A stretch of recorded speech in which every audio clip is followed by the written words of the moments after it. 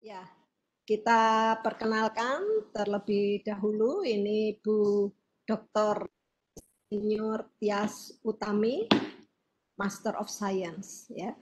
Bu panggilan akrabnya Bu Tias, ya. Bu Tias ini merupakan dosen di Departemen Teknologi Pangan dan Hasil Pertanian dari tahun 86 hingga sekarang. Ya, sekaligus saat ini menjabat Kepala Laboratorium Bioteknologi Fakultas Teknologi Pertanian. Sejak tahun 93 sampai sekarang ya, ini beliau menyelesaikan gelar sarjananya di Fakultas Teknologi Pertanian dan dilanjutkan dengan mengambil gelar master serta doktornya itu di University of Reading, United Kingdom. Beliau juga merupakan seorang peneliti sekaligus saat ini menjabat sebagai Sekretaris Pusat Studi Pangan dan Gizi Universitas Gadjah Mada. Penelitian Bu Tias ini banyak berkaitan dengan bakteri asam laktat, probiotik, teknologi fermentasi, dan enzim. Beliau sudah memiliki lebih dari 20 artikel jurnal publikasi, ya, beberapa judulnya yaitu hidrolisis protein daging dan kacang kedelai menggunakan crude bromelain untuk memproduksi pepton yang bersifat halal sebagai sumber nitrogen kompleks untuk pertumbuhan bakteri asam laktat dan ketahanan Lactobacillus plantarum D13 selama spray drying dan aplikasinya untuk fermentasi yogurt. Nah, ini Bu Tias sudah ada di sebelah saya. Silahkan 20 menit ke depan adalah waktu untuk Bu Tias.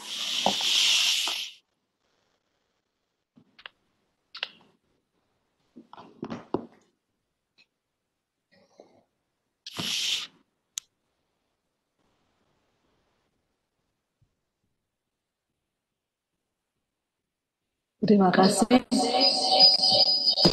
Terima kasih Bu. Oke. Selamat pagi. Suara saya oke, Mbak Dina?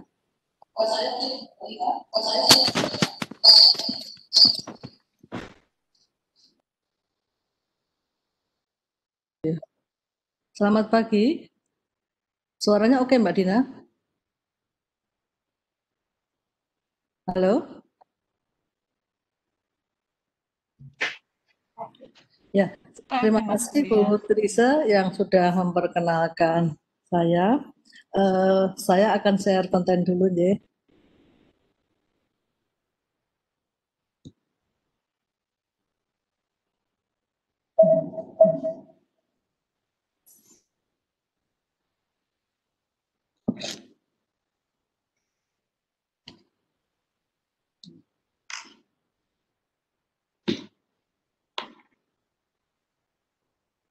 Oke. Bapak Ibu, apakah sudah bisa melihat tayangan saya? Oke, ya.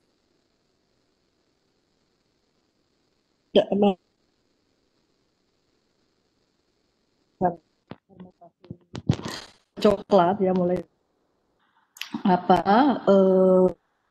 pengeringan, kemudian dari Mas Arifin tadi sungguh-sungguh sangat menyenangkan melihat berbagai macam coklat ya. Nah, itu memang sangat favorit kita semua. Nah, coklat memang mengandung komponen-komponen yang nutrisius ya. Nah, di sini saya mungkin agak berbeda. Saya ingin mengenalkan mengenai coklat probiotik. Jadi coklat dengan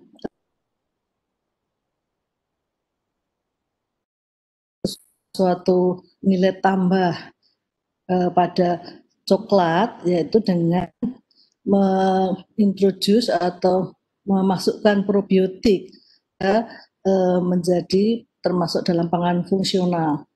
Nah, ini saya sampaikan juga bahwa Pusat Studi Pangan dan Gizi UGM ini sudah menjadi pusat unggulan iptek, riset dan aplikasi probiotik untuk industri. Jadi berbagai penelitian yang terkait probiotik itu sudah banyak dilakukan, dan di sini di UIPT Riset dan Aplikasi Probiotik untuk Industri ini menjadi center untuk riset dan aplikasinya di industri.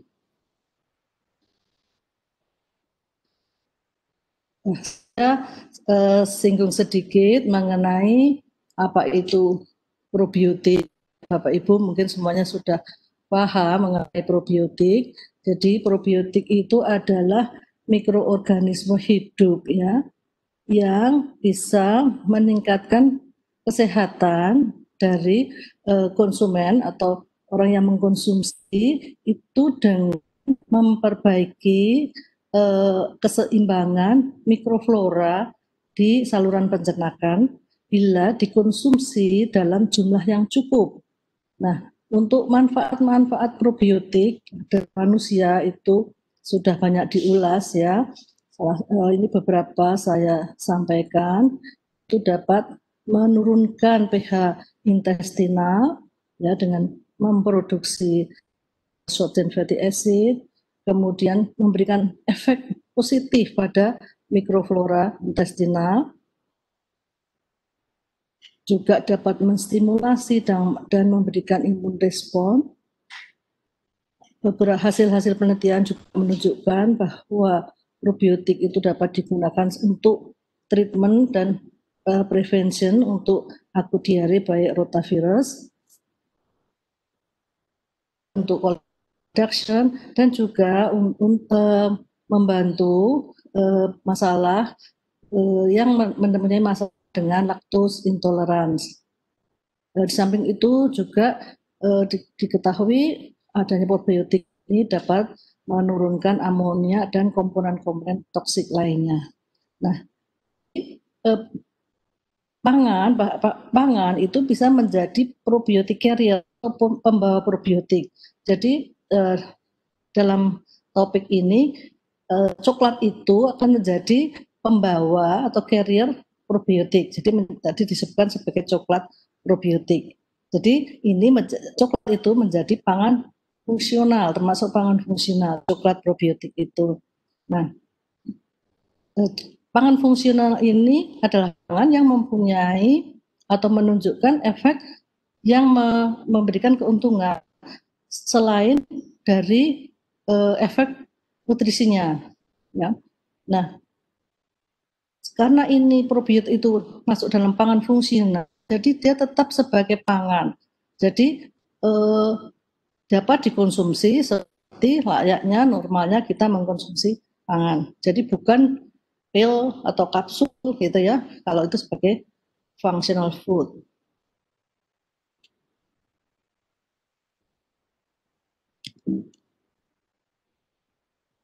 Nah, ini bagaimana aplikasinya dari probiotik itu dalam pangan? Berbagai macam produk atau itu sudah ada di pasaran yang merupakan produk-produk probiotik. Pada intinya probiotik itu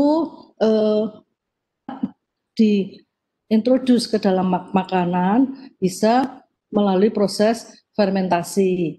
Jadi seperti pada produk Yakult, fermentasi menjadi produk susu fermentasi yang mengandung probiotik. Juga itu dimasukkan ke dalam suatu proses fermentasi seperti misalnya yogurt. Selain kultur dari yogurt itu ditambahkan strain probiotik. Ya. Nah, ini produk-produk ini termasuk produk yang harus disimpan pada suhu rendah. Probiotik itu jadi diproduksi selnya ya dalam bentuk kapsulasi ya, misalnya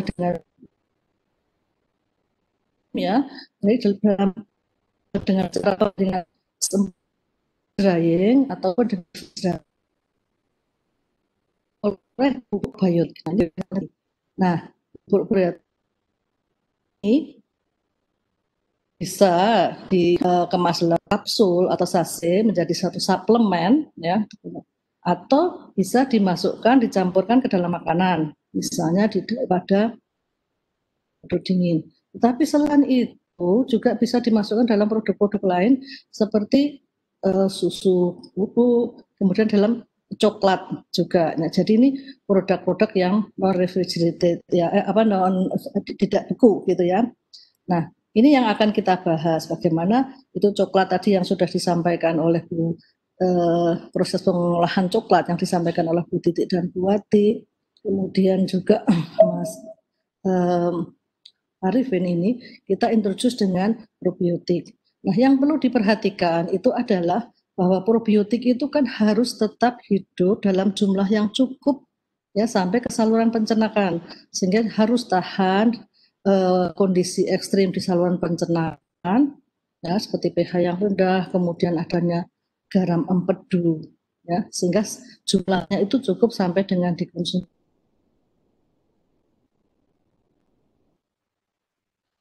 Kalau kita lihat yang ada di ini dari beberapa literatur ya, banyak produk-produk yang merupakan produk probiotik. Ya, ini beberapa kultur yang sudah diklaim sebagai probiotik. Nah, ini banyak sekali. Nah, ini brand name-nya ada Activa ya, ada Biochlorine, ada Actimel yang kita mungkin tahu dan Activa ya. Nah, ini produsernya. Nah, ini semuanya adalah produk-produk dari luar negeri, artinya ini import ya. Kita bisa lihat produk yang diproduksi di Indonesia pun ya itu isolatnya itu dari luar, dari impor seperti dari Chris Hansen. Nah, bagaimana dengan probiotik lokal, probiotik indigenous yang berasal dari Indonesia? Seperti tadi sudah disampaikan oleh Bu Trisha juga ya, bahwa penelitian terkait dengan probiotik lokal itu sudah sangat-sangat lama ya. Bu Trisha itu sudah melakukan isolasi dari berbagai sumber pangan fermented atau non fermented di Indonesia, banyak sekali sudah dilakukan isolasi, dilakukan karakterisasi. Nah, beberapa itu mempunyai potensi sebagai probiotik. Salah satunya yang kita banyak teliti sekarang adalah Lactobacillus plantarum dan 13 yang diisolasi dari dedeh, yaitu produk fermentasi susu kerbau ya yang dari Sumatera Barat. Nah, telah diteliti potensi sebagai probiotik, kemudian juga kemampuannya sebagai starter culture. Jadi Lactobacillus plantarum itu selain probiotik, dia juga mempunyai kemampuan sebagai starter culture. Nah, riset-riset yang telah dilakukan itu adalah meneliti probiotik lokal ini sebagai starter culture pada fermentasi susu, kemudian diintroduce ke tape ketan probiotik, dan probiotik, es krim juga. Nah, juga sekarang adalah coklat probiotik. Nah, bagaimana persyaratan teknis ya dari suatu probiotik ini? Karena tadi intinya harus dalam cukup ya, yang bisa memberikan efek yang menyehatkan.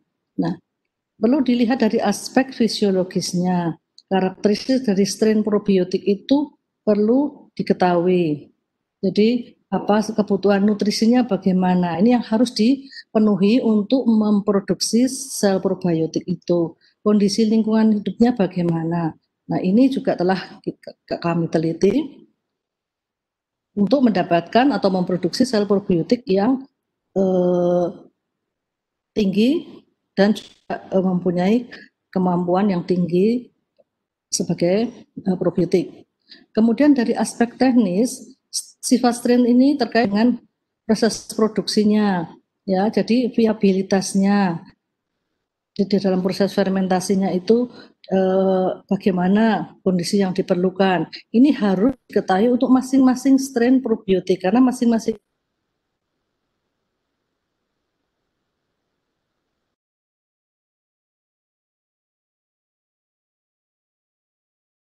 penting. Karena ingin apakah faktor sifat-sifat apa yang terkait dengan manfaat dari strain probiotik tersebut. Ya. Jadi probiotik itu adalah strain dependent. Ini penelitian yang sudah dilakukan dengan Lactobacillus plantarum 13 sebagai probiotik. Ini telah dilakukan karakterisasi molekuler strain-strain probiotik lokal ini, dan memang dari hasil penelitian ini bisa dilihat bahwa bisa membedakan antara Lactobacillus plantarum 13 dengan strain-strain yang lainnya. Dan kenapa adanya ban dari Lactobacillus plantarum 13 itu pada subjek atau volunteer fesesnya yang mengonsumsi indikasi bahwa Lactobacillus plantarum itu mampu hidup sampai di saluran pencernaan. Kemudian juga memberikan efek jumlahnya meningkat, ya, dan kita lihat ternyata pada saluran pencernaan orang Indonesia itu memang sudah ada Lactobacillus plantarum, ya mungkin karena konsumsi kita banyak makan sayur-sayuran atau yang mengandung Lactobacillus plantarum.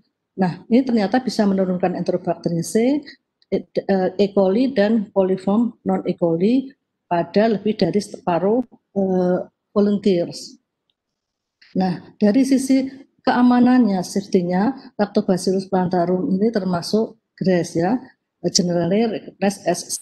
Jadi, dan ini diisolasi dari makanan fermentasi yang sudah berpuluh-puluh tahun ada di Sumatera Barat dan dikonsumsi oleh masyarakat di sana. Safety assessment dari probiotik ini juga sudah dilakukan menggunakan tikus, dan tidak terjadi translokasi dari Lactobacillus plantarum 13 ini ke organ-organ yang lainnya. Sekarang bagaimana ini tantangan di dalam produksi kultur starter atau kultur probiotik tadi? Pertama, kalau kita mau masuk ke industri, itu memang mutlak harus halal sel itu, sehingga ini menjadi tantangan bagi kita untuk mengembangkan media yang halal, karena bakteri asam laktat itu agak fastidious, tricky, makanannya tuh perlu macam-macam.